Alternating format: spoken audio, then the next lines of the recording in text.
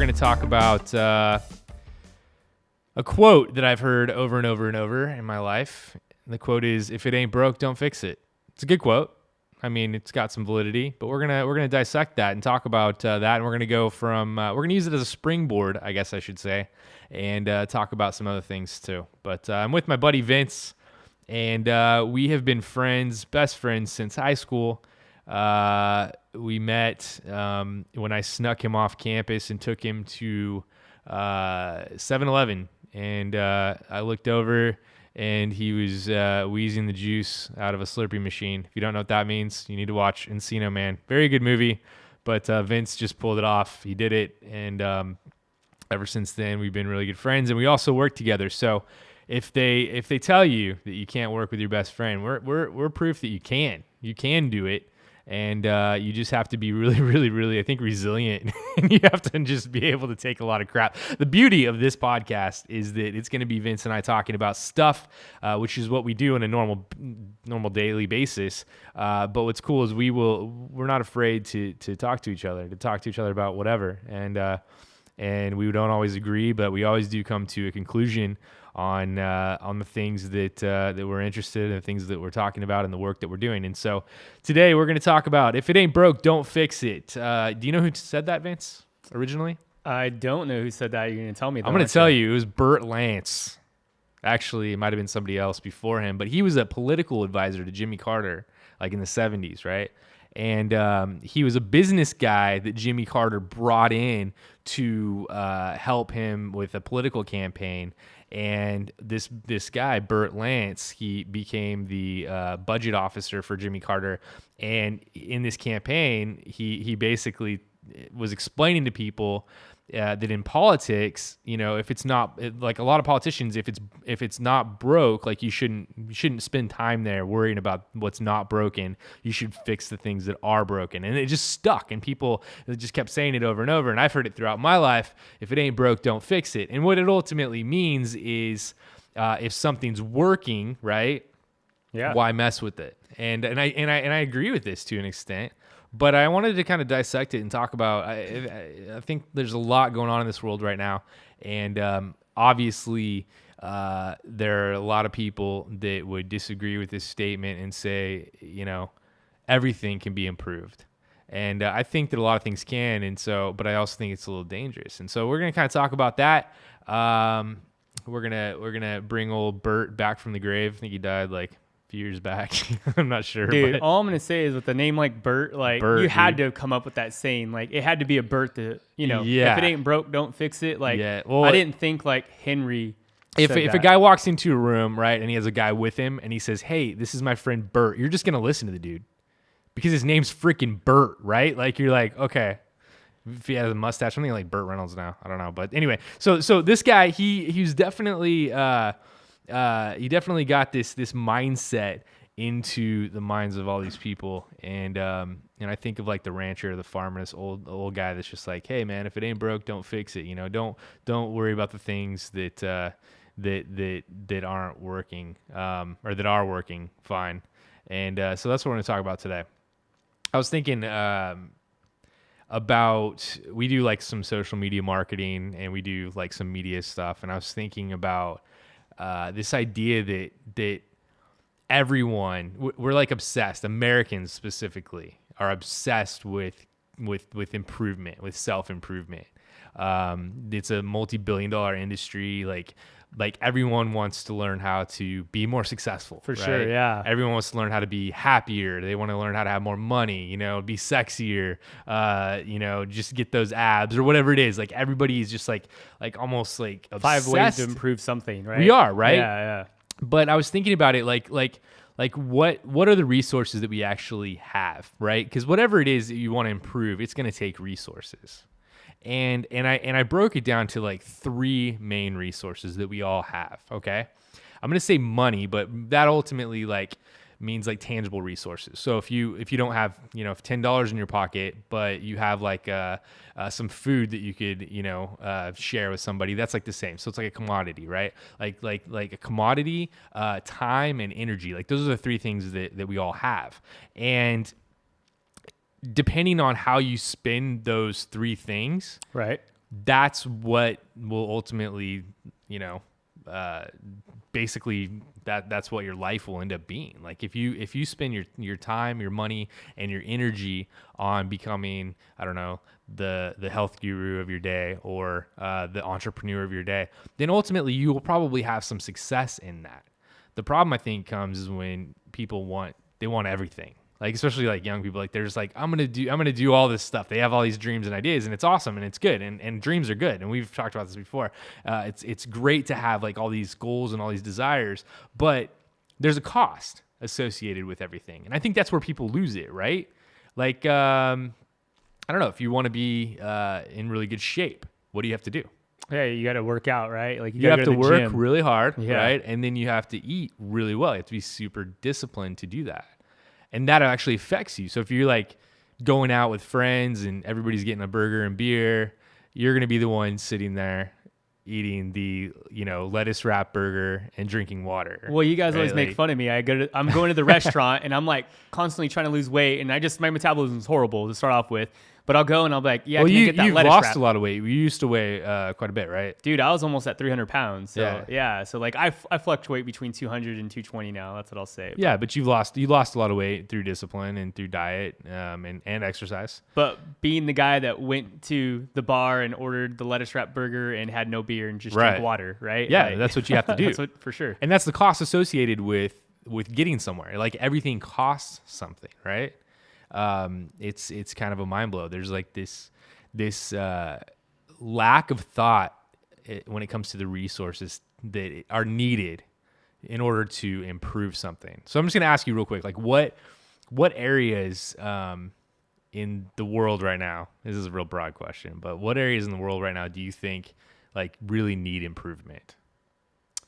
Oh man, that is really, really, really broad. Yeah. I mean, areas that need improvement. I mean, globally, just anything like, think about just like American, like everyday life.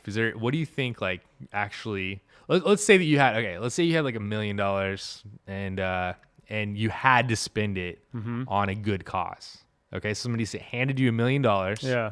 Straight up said, you have to spend this on a good cause. What would you spend it on? Probably health, man. Like I would say, like I think we can constantly improve in health, and just to like nurturing people's emotional health, like just to and I think that's so loaded because health can go so many different ways. I'm not just talking about like physical health, but emotional health is huge, I think, for people right now. But if I had $1 million, man, like buying more time, like finding. What do you mean buy more time? You can't buy time.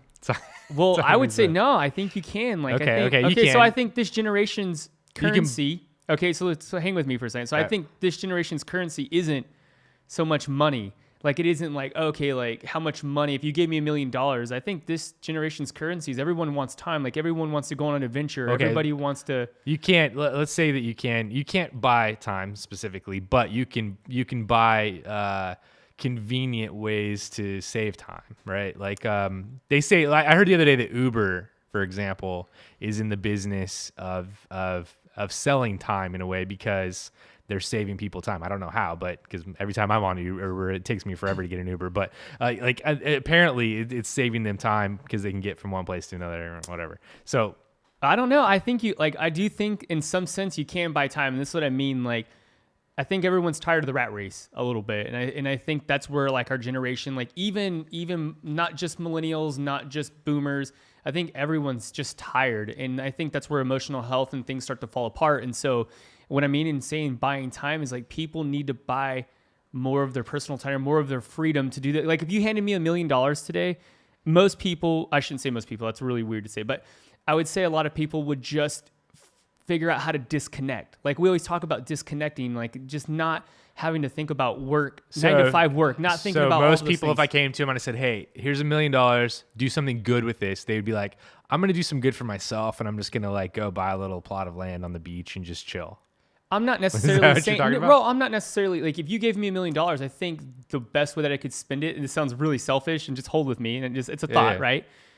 Is just getting my situation right. Like being able to get to a place where I'm healthy enough and can, like you hear about writers, right? Okay. Like they get away, they go to some remote cabin, like in the woods, and they get away and they think and they write because they have like that just So those you're moments. basically saying take care of yourself so that you could be a better resource for others in the end. Yeah, definitely. I Like think so you could work. I think that's what self-improvement's about. Like, so Okay. that and bettering yourself so that you can help others. And a lot of us, we're not even in a place where we can help others because we're just so messed up ourselves. Like, we're behind on bills, we're in debt, like we have school loan, we have a 9 to 12 o'clock job. I mean, like most of us, I mean, you and I work 12-hour days, you know, it's like Right. insane. And so we don't have that freedom to really like, dude, we get home, we have our family. It's like, there is no extra energy. time. There's no extra time in the tank. So it's like, if I had $1 million, that should just be the same. If I had $1 million, but if I had $1 million, you could just say, okay, what are the things that are really important? Because I don't have to worry about X, Y, and Z, and then go out and help others with the extra time that you had. So there's a venture capitalist and author. His name's Peter Thiel. A lot of people know who he is. Some people don't. But he's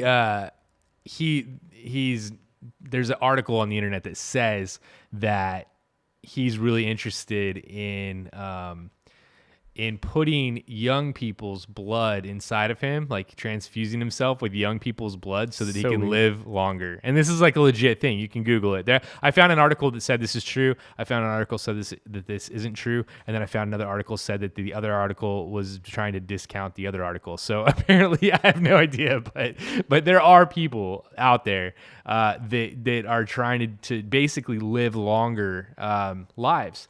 And it's interesting that when we think of health, we think of taking care of ourselves. That's a really interesting perspective, and it's not a wrong perspective. I was reading this week. There's an article about the company Tabasco, like Tabasco sauce, right? You like Tabasco sauce.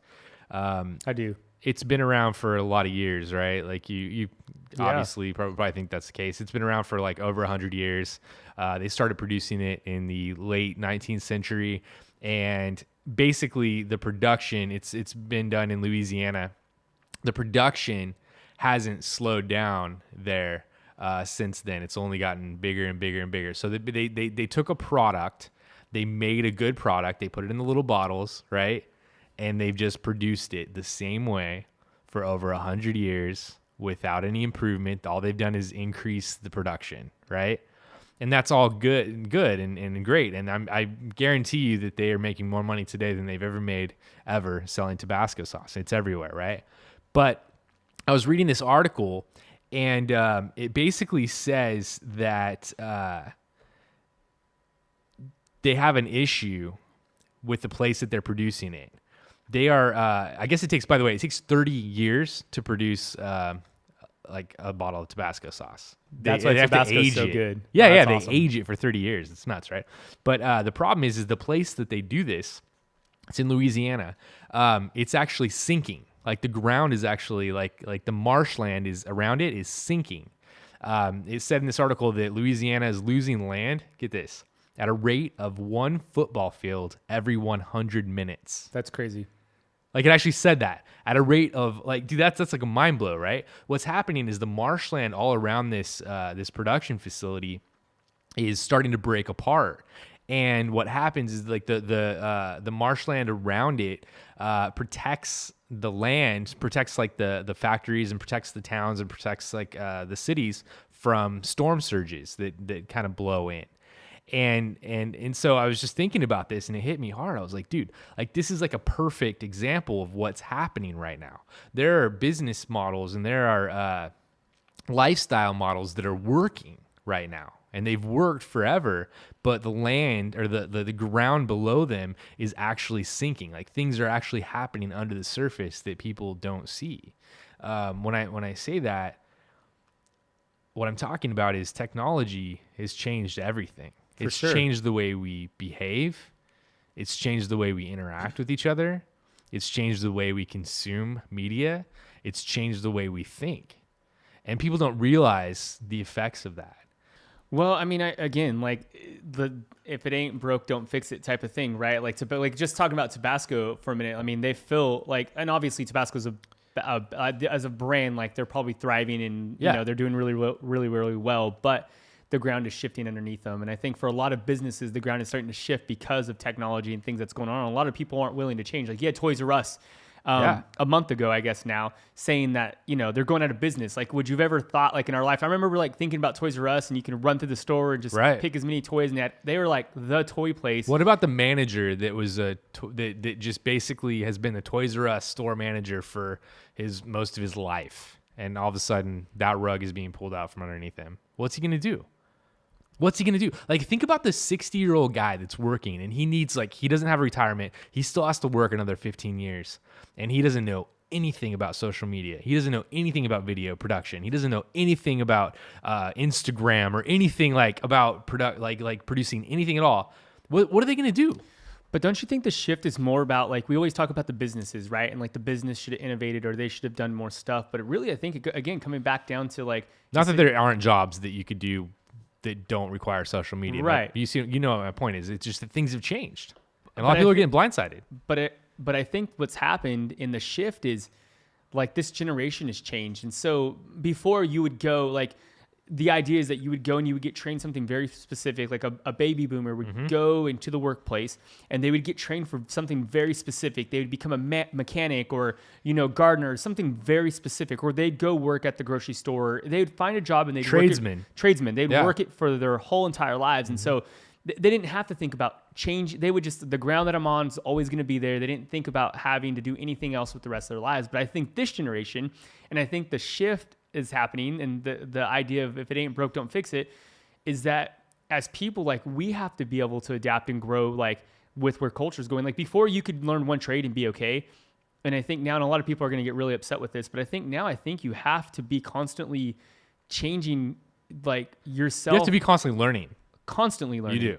I think learning is the one skill that is so underrated. Like, you have to know how to learn, and not everybody knows how to do that by themselves. Like, if like the average person, if they need to learn something, what do they do? I know what I would do. I would go to the internet and try to pick up something, but I don't know. Or go to a class, or call somebody that they know. Like, but actually, like picking up like something. Like, okay, there's a bunch of equipment in this room, right?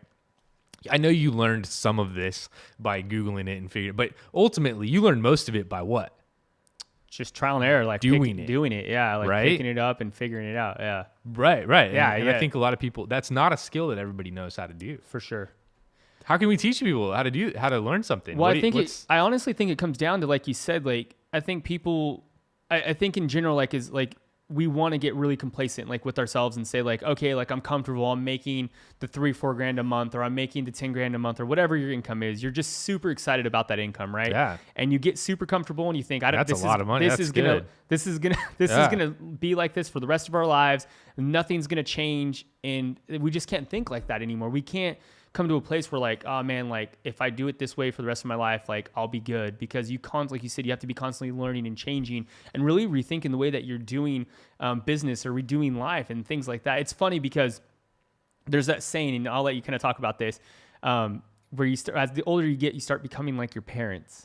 Right. Yeah. Like, no, honestly, like, what do you think? Because, like, people say, like, oh, like, my dad used to say that, because it's like the older you get, you just kind of stop caring, or maybe, or I don't know. The older you get, and you have 4 kids, I have a kid, and there's a difference there, but, like, ultimately, like, it's a response. When you have children, it puts you in a different mindset to where I think you understand your parents more, right? Like, you understand where they're coming from. You understand why they didn't buy you those Nikes when you were a kid, right? Like, you understand that they had to think about the food they were going to buy at the grocery store that week, or they had to think about the bills, and you don't think about all that stuff until you're older. But I think the thing that is comforting about that is that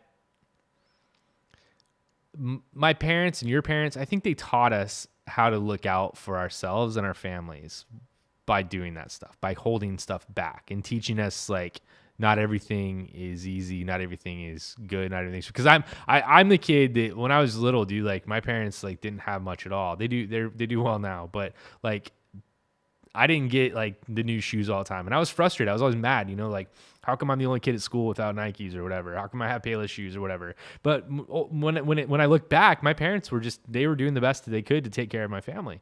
And I know you're in the same boat. Like when you grow up, like, with, you don't have a lot when you're little, you wonder why. And so, like, the good thing is that I've learned how to, like,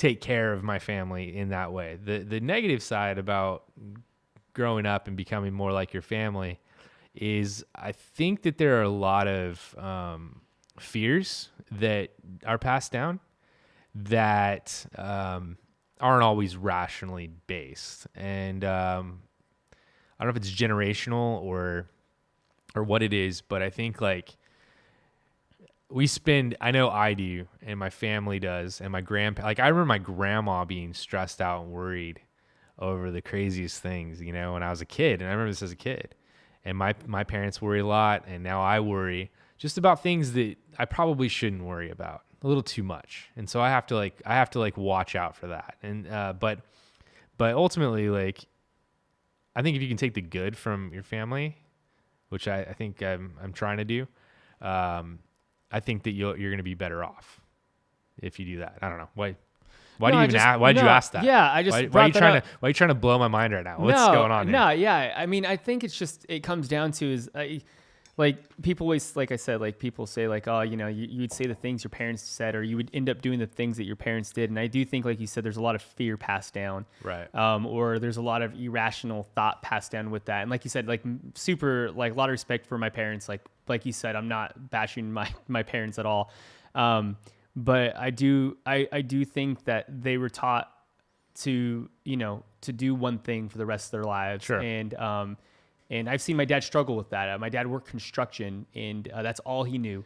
And and if the construction was good, he had a job. And if construction wasn't good, he didn't have a job. And so, and I always, and again, my dad worked really, really hard, and, you know, mad respect for him. And I know he did the best that he could, because that's the way that he was taught. But I feel like in our present generation, like if construction wasn't good anymore, or if things weren't like they should be, I feel like you have to come to a place where you're willing to make a shift or change, or not do that one job, or like, well, there isn't work anymore, so I'm just going to, you know, collect unemployment, or whatever the case may be. And there's nothing wrong with collecting unemployment. There's a lot of things going on. I'm not bashing that. All I'm saying is, and I'm not saying that work is the end all, you know, of everything. What I'm trying to say is that there's a lot of things that I think with just learning one thing, like you'll start to like, if you keep doing that one thing, maybe you'll be successful. Maybe there's a 10% of people that you do the same thing for the rest, like doctors, lawyers, sure. like people that have deep educations. My obviously. wife's a nurse. Yeah, she'll be doing that. She'll be doing that for the rest of her life. Something similar in that. But she's going to have to also probably go back to school, as medicine's not going to stay the same. Oh yeah, no, she's going to. Right? Like medicine's going to evolve. It's going to change. Like it's going to do its You know, thing. it's funny. When she first became a nurse, the hospital she worked at, they had just switched over from paper charting to the computer. And this is like 5-6 years ago. This isn't that long ago. And they were struggling. These older doctors were really struggling going from, you know, this paper system, and these nurses from this paper system to this digital system. It was like a mind blow, right? And I was shocked that they weren't using computers yet. It was nuts. But it was a transition that they had to go through. Think about this, dude. So our parents, this is the respect I do have for my parents and their generation, is that they had to go through this shift. It probably affected them more than it affected us, because we're a little older. I'm 37. You're 35, 36. Yeah. Anyway, somewhere in there. So 30.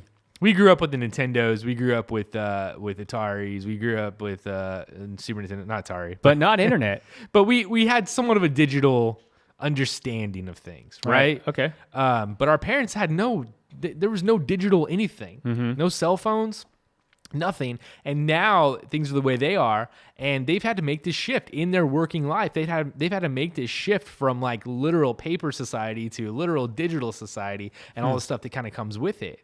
And it blows my mind that they're even able to do that. Like your mom and my dad both, like they have the top of the line laptops. They're just like, you know, just going for it. When I see my mom with hilarious. Just like a brand new MacBook Pro, and I'm just like, why? But that's awesome too. Why? But that's awesome. Exactly. Thank you, Mom. But you know what really blows my mind is like like my great grandfather, right? Or my great grandfather. Sorry, my great grandfather.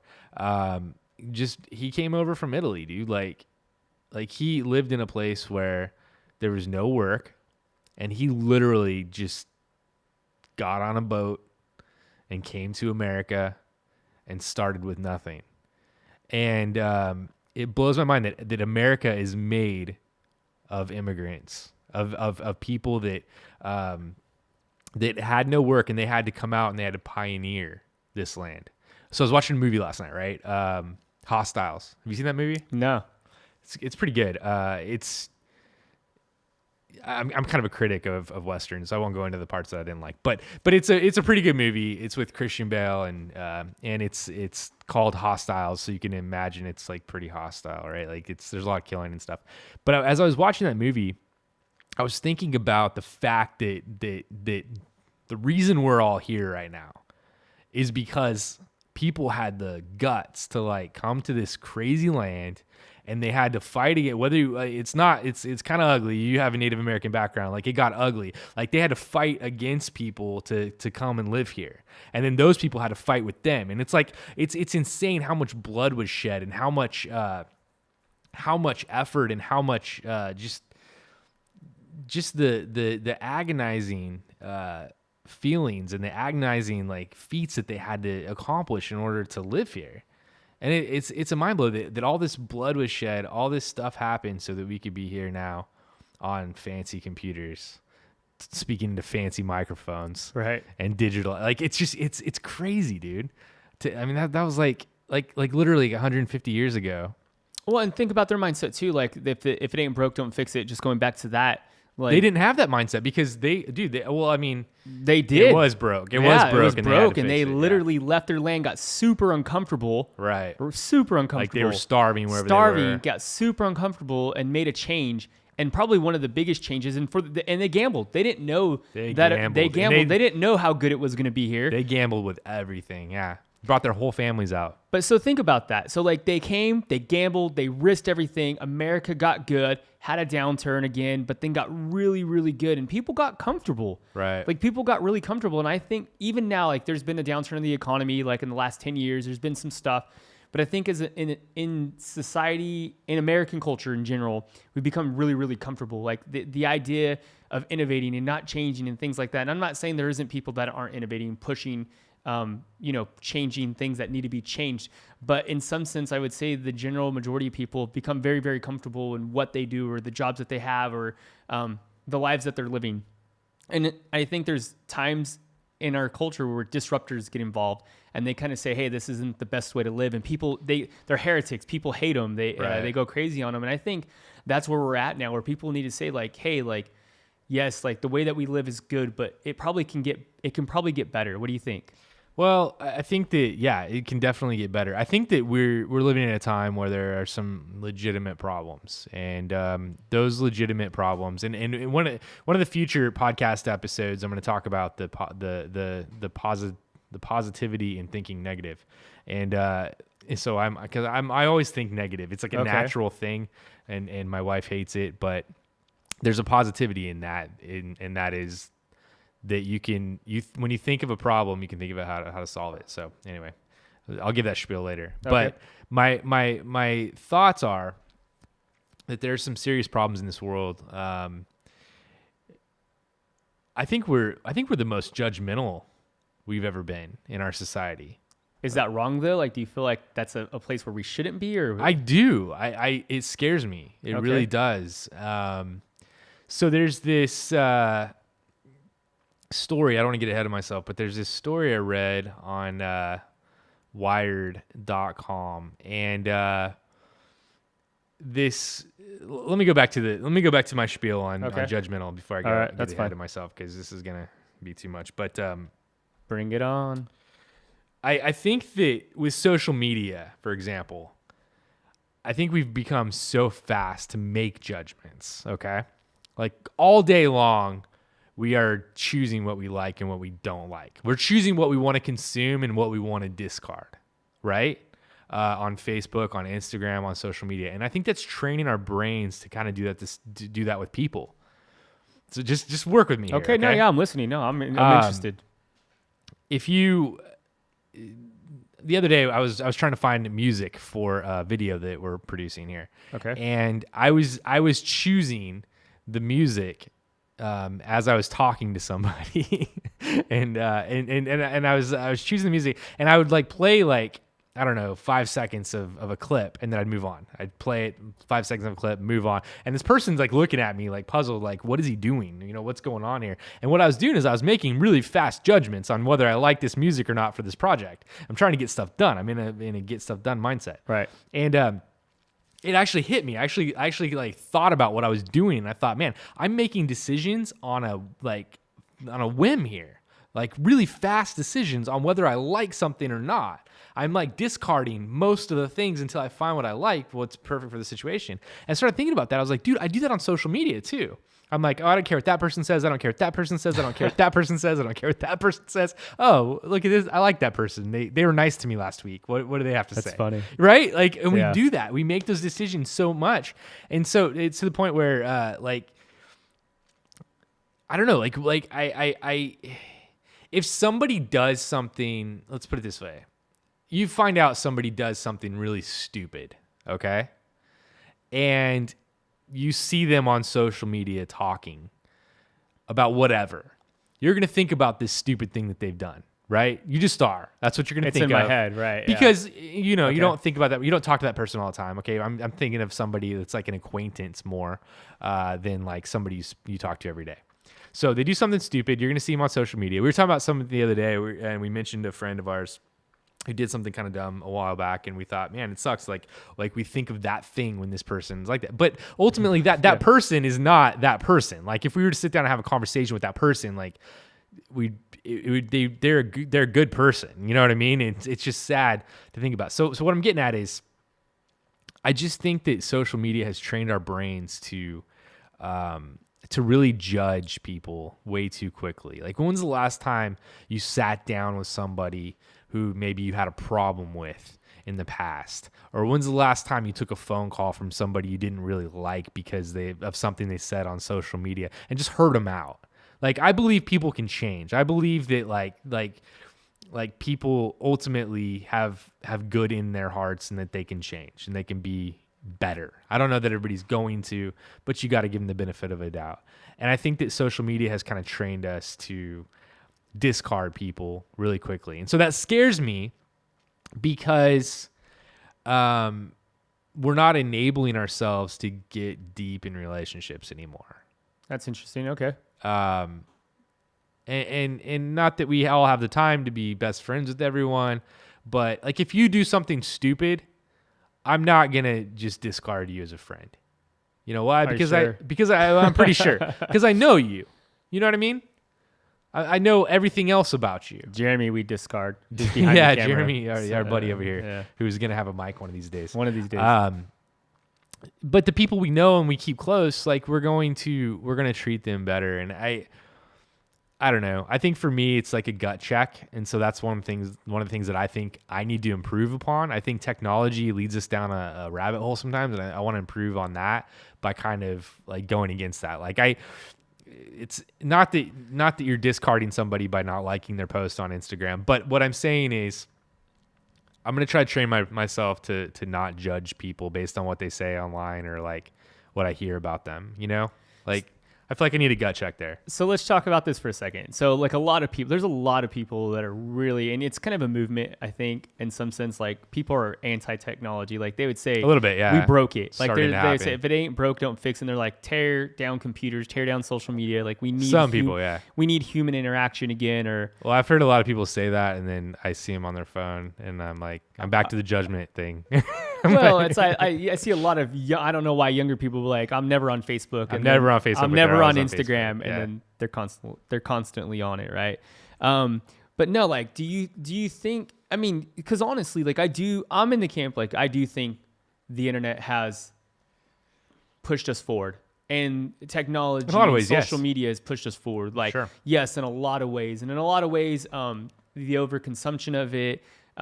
Not knowing it's the wild west, right? It really is the wild west. We don't know how to use it healthy, like responsibly. Responsibly, right. That's the word. Like we don't have healthy habits with it. Right. There's a lot of downside to it, but I would just say, like, with that being said, there has to be people, like you said, that are constantly. How do we make it, instead of saying it's just not useful, like instead of like kicking the whole thing and saying the internet's evil or, you know, or social media is not useful, like how do we come to a place where we're like, where we evolve and say like, this is how we, we can ethically and socially right. and health and like in a healthy way use, Well, social like I media was saying, and I think all we this need technology. to. I think we need to check our own attitudes. And we also need to realize that we need to be more responsible with what we post and what we look at, what we consume. I think that's huge. I think that we just need to be more responsible and have more balance. Like at home, my wife will get kind of frustrated with me because I'll be on my phone doing whatever. It's not that I'm like thinking of what I need to do on my phone. It's just a habit, like I'll be checking my Instagram feed at home, or I'll be like checking Craigslist a lot, like for whatever's for sale. Like Your wife thinks you're looking at hot chicks. Yeah. I'm actually looking at hot motorcycles or something. But I'm just constantly like just doing. Like I feel like I have to constantly be doing something. When was the last time? Okay, like when was the last time you went to a restaurant or like went to a coffee shop or Starbucks and you forgot your phone and you ordered your drink, right? And then you had to wait without your phone. When was the last time you did that? Well, I'll walk down. It's to uncomfortable, Starbucks. right? Like I'll walk down to Starbucks and forget my phone, but I will admit that yes, more than most people, I am on my phone. Like I'm on my device looking at something. So if you're not on your device looking at something, what are you doing? You're just sitting there staring at everybody, you freaking weirdo. Like that's weird, right? Like that's odd. That's you're the weirdo if you don't have your device in front of you. But I am the weirdo. Like when I go to a restaurant, like if I don't have whatever, I'll start conversation with people. No, I'll start conversation with people, and I do like it. Like I'm really shy, but like if I can talk to somebody, and I always think like when I'm done talking though, I always like inadvertently like think like they think I'm so weird, or like I feel like they judge me, like, oh, like don't talk to me, you weirdo. But no, okay, so let me ask you this. Okay, so coming like rolling out of this and you're not ready. So you asked me like what would you do? What would you do with that $1 million? Like what do you think is broke, or do you think anything's broke at all? Like man. Oh yeah, I gotta put you in the hot seat now. Yeah. Well, the other day I was talking about water. I really think that we have a problem with water. I think that our water systems are kind of broken. I think that there's a study that came out, not to be a conspiracy theorist, this is real stuff. There's a study that came out that in California, there are a certain amount of counties, I forget what it was, but one of the counties, my home county, Kern County, where there are high levels of this thing called, I think it's called TP3 123 or something like that, or TP. Sounds like some Star Wars, man. Yeah, I totally made that up. I messed that up, but TP something. Anyway, I forget the name of the chemical, but it's a chemical that is left over from like some oil companies that ended up getting into like the ground, and it got into the water system. And so like I really think that like the stuff in our water is affecting our health a little bit. I'm just thinking this through right now, so I'm not like not an expert. I'm not a scientist. Obviously, I don't even know that chemical name, but I think like water and food science is huge. But I also see a huge issue with like homelessness on the streets, and there's like a lot of people that that are mentally ill that are on the streets that are that have no place to go. I think that there needs to be more resources for people that are mentally ill, and I think there needs to be a better system in place on how to take care of our population, because our population is overgrown, and there's only so many resources. Not to get all hippie-fied, but I think we need to do all that. And I do think there's like a spiritual side of things too that we could focus on. I preach at a church occasionally. Some people call me a pastor. I don't really see myself as that, but maybe because I'm scared. But I think that there's a lot of issues, man. Like it's like rabbit hole too. Like you just go down and think of, if somebody gave me $1 million, I'd probably just like sit down and not know what to do for a while. Just really have to think and sit. What's crazy is like $1 million, like probably wouldn't get you that far today. Probably wouldn't, which is insane. Right. It's not even that much. Yeah. But no, not that I'm not saying $1 million is a lot of money. I would probably, you know what I would do? I would find the people that are doing the best, like at doing something. I would support them. That's what I would try to do. That would probably be the best thing to do, right? Like instead of starting something new. That's like, an interesting you bring people. up though. That's the interesting like idea you bring up, because I think a lot now in our culture, like one of the things you talked about being selfish, or like, or being on that train. A lot of people want to just do it themselves versus supporting something that's already being done. Like there's a lot of causes out there that are really, really good, and people are doing amazing work. and Everyone wants to be the hero. everybody wants to be the hero. So Yeah. instead of starting something new, like support the things that are already there. Instead of being the hero, find the hero, that sort of thing. There's a lot of heroes out there doing good work, doing good Right. stuff. Okay, so I want to kind of leave you with this last thing.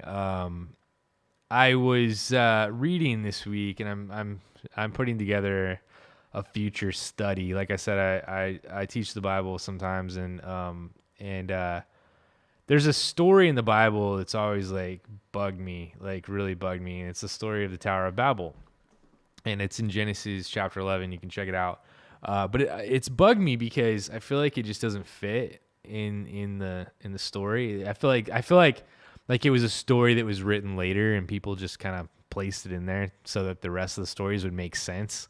But the story of the Tower of Babel, if you don't know it, basically the people, it's after the flood. It's after the whole earth was flooded. Noah was on. You doing some social media there? So it was Maybe Instagram Did it story. throw you way off? A little bit. You're like, what is he doing?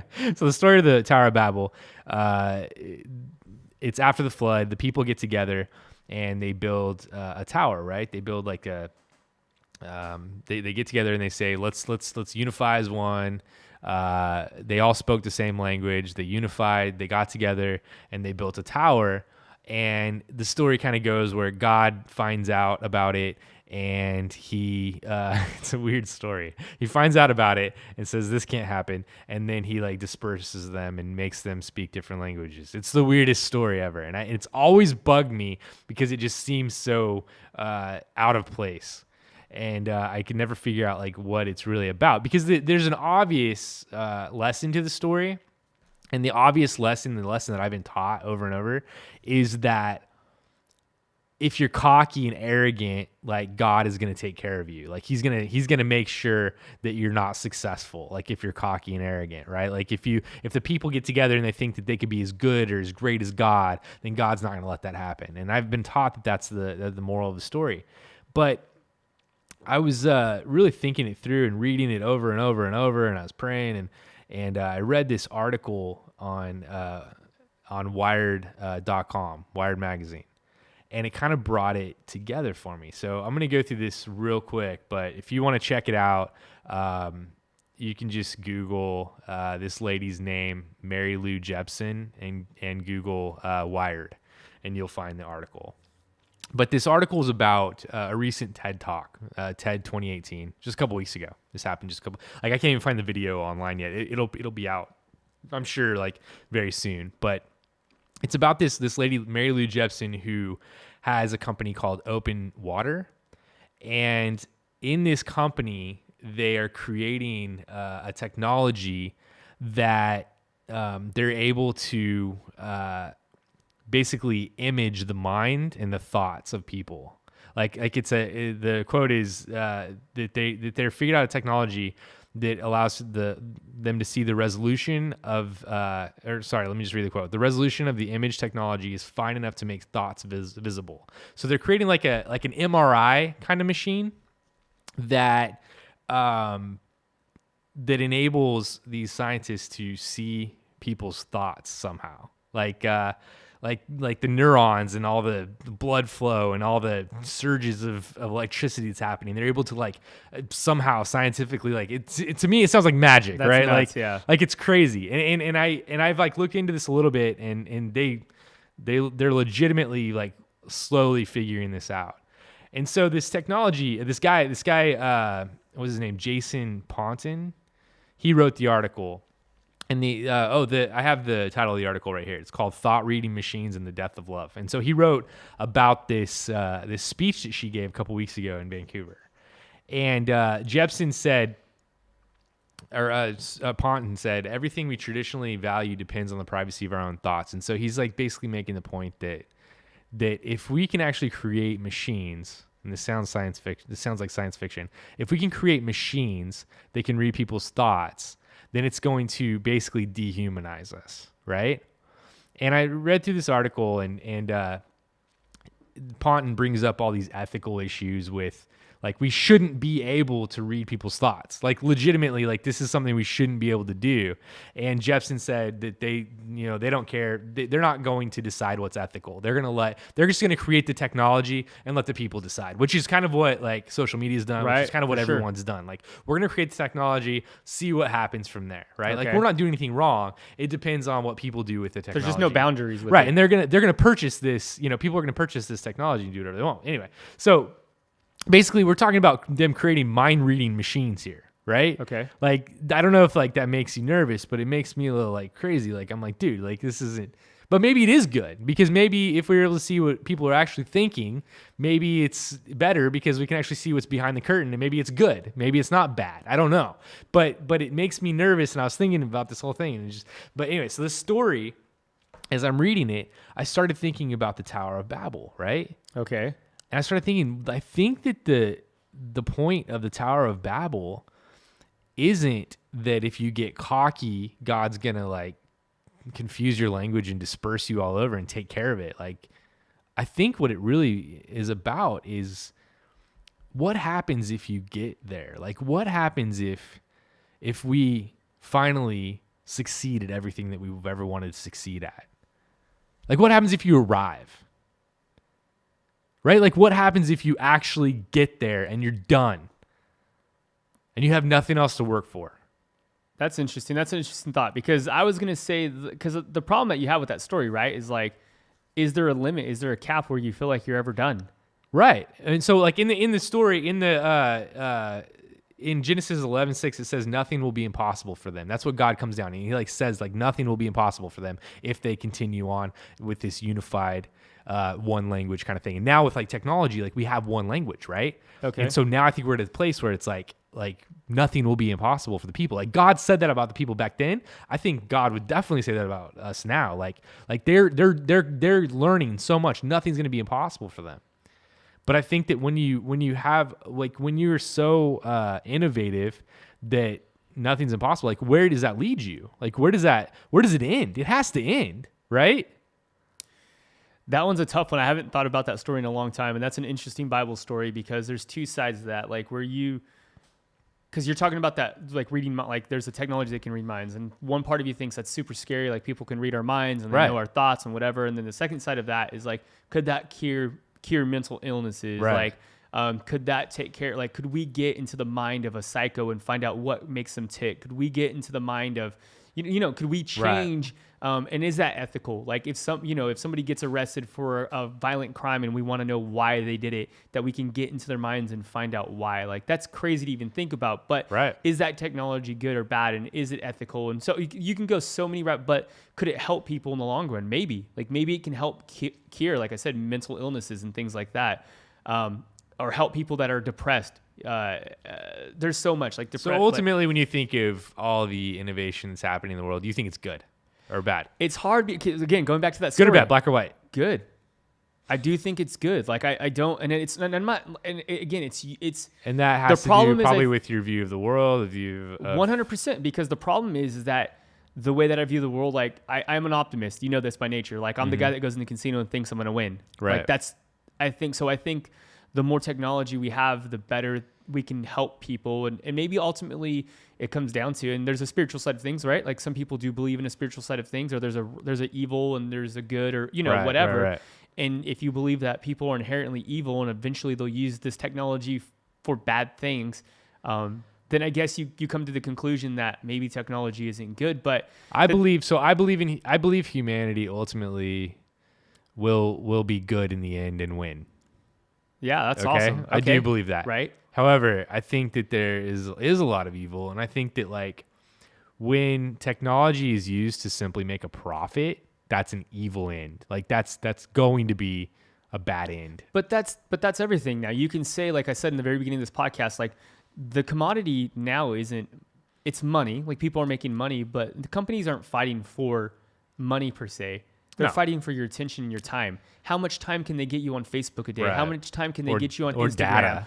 But it's just time. Like, well, they have to get you. Like, it's time. How much time will you spend binge watching, a series on Netflix? How much time? So the more time that they get from you, the less time you have on yourself. And that's what's happening. Like Like, dude, we shouldn't be able to binge watch. And I'm not. I've binge watched a show, so I'm not saying that I haven't.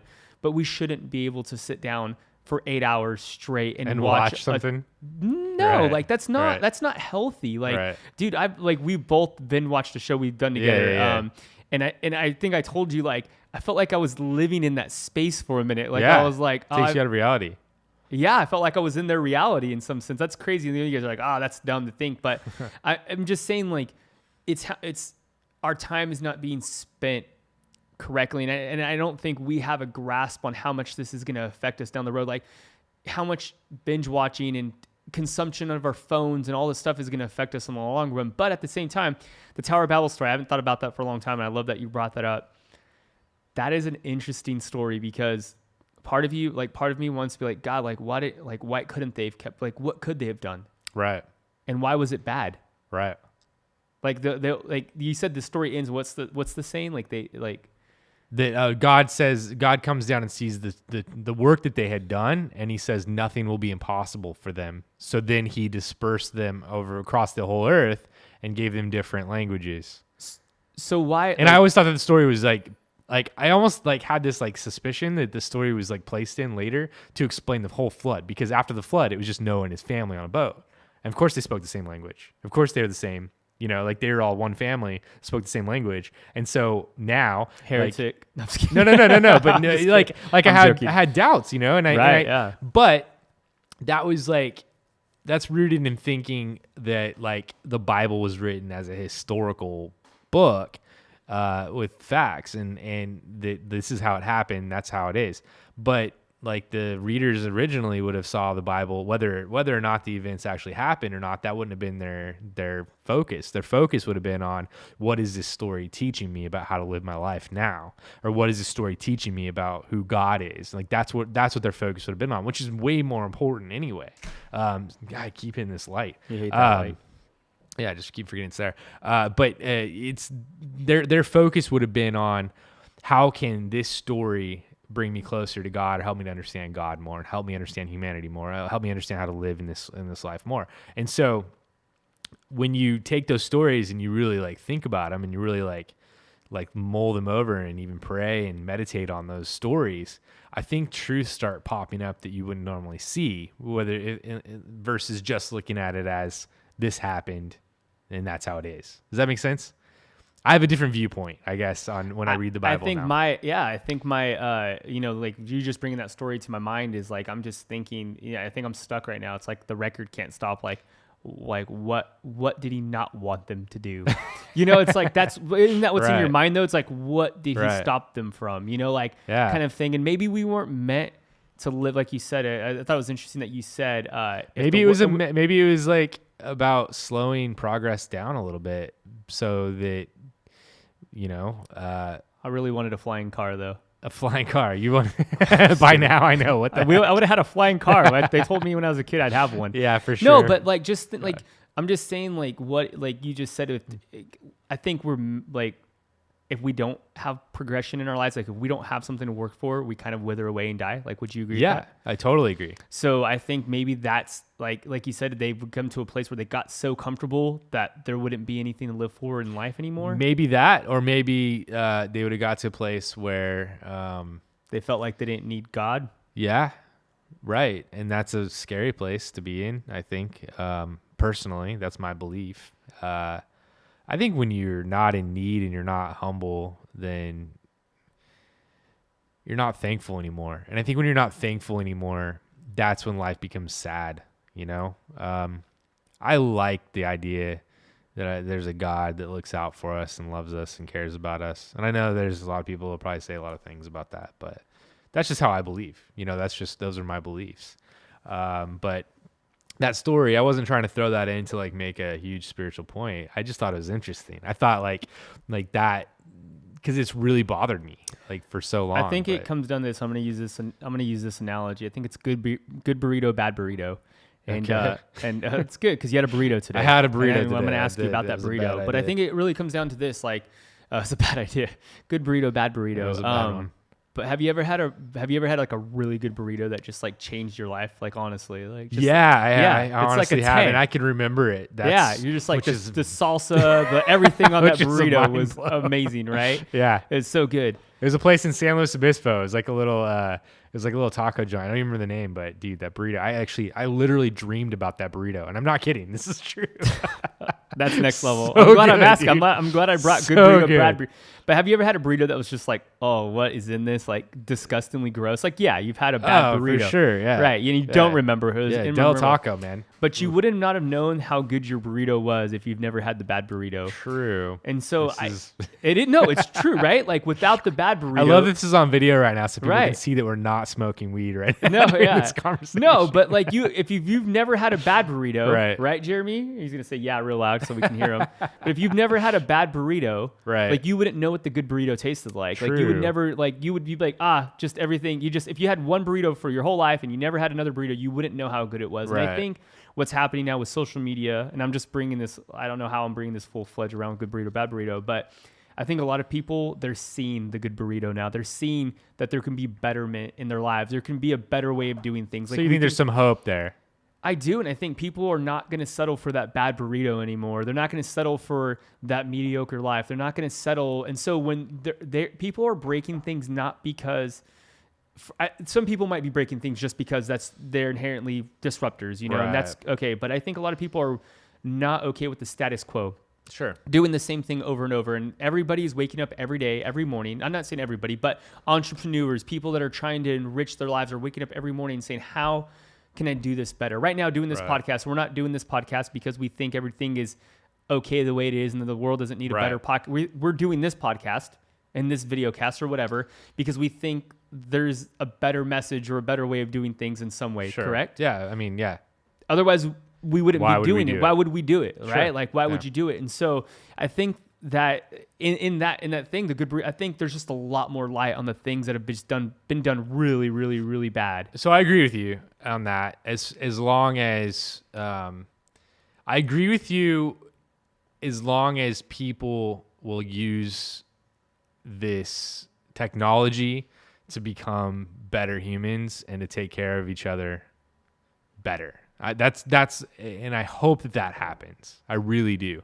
And I have beliefs that are hard to get out of my head about people and their inherent, issues and my own inherent issues. But I think ultimately, the people that I know really do want to make the world a better place. And so I have to see that, and I have to agree that is good. But there's an evil side to it. I don't trust the big corporations. I don't trust the system. I don't trust the profits. You don't trust the man. I don't. I really don't, But anyway, we're probably gonna have to wrap up here pretty quick. I don't know what our time frame is, but what is one thing, just so you can leave this with the peeps, because I know they want to know. What is one thing in your life that you want to improve on the next year? Because that's tangible. Yeah, I think mine is going to be, just like I said, time management. I think for me, like I want to, and not just time management because I want to make more money. I just want to spend my time more effectively on things that are important. So again, going back, like I want to make the best burrito I can, and make it as simple as that. Like that's just where my mind's at right now. I'm stuck on the burrito. I'm sorry. But I want to wake up and figure out like how can I spend my time effectively and do the most with that time and really change people's lives. Like, and that might be, again, through changing my own life, like where I need to spend more time perfecting my habits and perfecting I don't want to binge watch TV this year. I don't want to spend endless hours on social media and consuming, but I do want to use those tools to help and affect people at the same time. So, man, it's a catch. Okay. What for you? For me, I'm really trying to gain more emotional grit. That's good. I do a lot of things. I act out, even in my middle age here. I act out a lot based on how I feel. And I've learned that there's some situations I have a hard time dealing with, and somebody gets mad or somebody says something to me that I don't like I feel it, and I want to learn how to overcome the way I feel and be able to Like I want to be in a place where somebody can walk up to me and ask me a question, an important question that they need the answer to, and I can give them the answer because not because I'm super smart, but because I have the emotional stability just to think clearly. That's Right? called emotional EQ, right? Like Yeah. it's like, yeah, EQ. Right, yeah. And we might get to that. So anyway, that's that for this episode.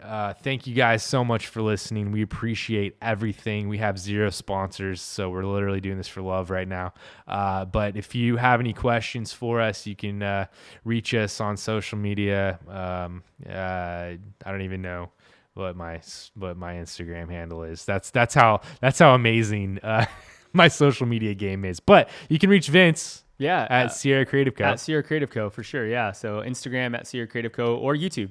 Or at YouTube Sierra, at Sierra Creative Co. Creative Vince Co. has a lot of really cool videos on how to produce videos on how to make videos and photo. Yeah. So, and Vince is really good at that. So hit him up on YouTube. I will get my social media game. Someday it'll come together. I don't know. Like someday I will get serious about that. This is your social media game, your podcast. This is my world right now. But anyway, love you guys. Thank you guys for tuning in. Next week, we are going to be talking about the nuts and bolts of creativity and how to create, the actual practical side of that. How to get it done. So anyway, we'll talk about that next week, and we want you guys to have fun, be safe, and share this with anybody that might need it. And we'll see you then. All right.